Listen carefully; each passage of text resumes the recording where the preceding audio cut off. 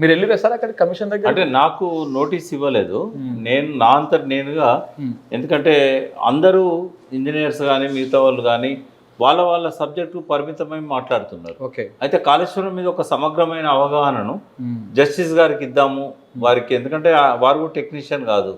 తర్వాత మన ప్రాంతంలో ఈ నీళ్ళ గురించి గోస గురించి వాళ్ళకి తెలిసే అవకాశం లేదు.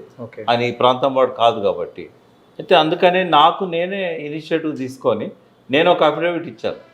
అఫిడవిట్ ఇస్తే ఆయన మళ్ళీ దాని మీద నాతో మాట్లాడిన తర్వాత ఇంకా వివరంగా నాకు ఇస్తే బాగుంటుందని అడిగారు. ఆయన అడిగిన కొన్ని ప్రశ్నలు తర్వాత వివరంగా ఇవ్వాలనే ఉద్దేశంతో ఒక 20-25 పేజీల రిపోర్ట్ నేను ఇచ్చాను. దాంతోపాటుగా నేను చెప్పిన ప్రతి అంశానికి సపోర్ట్ చేసే డాక్యుమెంట్స్ ప్రభుత్వం దగ్గర నుంచే, ఇరిగేషన్ డిపార్ట్మెంట్, కాగ్ నివేదికలు, కాగ్ నివేదికకు మన ప్రభుత్వం ఇచ్చిన సమాధానం, రేవంత్ రెడ్డి గారి ప్రభుత్వం ఇచ్చిన సమాధానం అన్నీ కూడా సబ్మిట్ చేయడం జరిగింది. నాకు తెలిసి ఇవాళ కమిషన్ విచారణ చేసింది కేసీఆర్ గారిని. అక్కడికి బీఆర్కే భవన్ దగ్గరికి మీరు వెళ్ళారా? మీరు పోలే, కానీ మీకు కొంత అవగాహన ఉంటుంది, ఏం జరిగింది అనేది తెలిసే అవకాశం ఉంటుంది కదా, ఏం జరిగి ఉండొచ్చు వాళ్ళు? ఇప్పుడు ఆయన విచారణ నన్ను కూడా చేశారు, హరీష్ రావు గారిని కూడా చేశారు. ఎలాంటి ప్రశ్నలు అడుగుతారు ఘోష్ గారు అనే విషయంలో నాకు పూర్తి అవగాహన ఉంది. ఓకే. అంటే కేసీఆర్ గారినైనా మమ్మల్ని ఏం అడిగారు అనే విషయంలో కూడా, అంటే ఒకటి ఇప్పుడు నేనైనా కేసీఆర్ గారైనా హరీష్ రావు గారైనా మేము టెక్నికల్ ఎక్స్పర్ట్స్ కానే కాదు.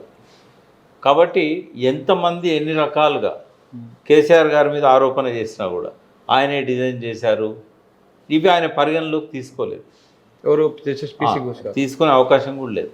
కాబట్టి అడుగుతారు, మీ మీద అభియోగం వచ్చింది, బయట పత్రికల్లో వచ్చిన ఆయన పట్టించుకోడు, టీవీలలో వచ్చిన పట్టించుకోడు, కొంతమంది గాలి మాటలు చెప్పిళ్ళు వచ్చి వాళ్ళకు 2 నిమిషాలు కూడా వాళ్ళని కూర్చోబెట్టలేదు.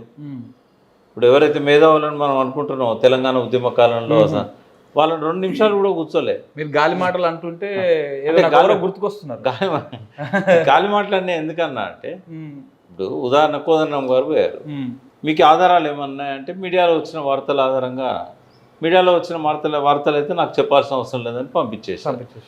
ఏదైనా ఆధారాలు ఉంటే తీసుకొని రండి అన్నారు, బట్ మళ్ళీ పోయినట్టుగా నాకు సమాచారం లేదు. ఓకే.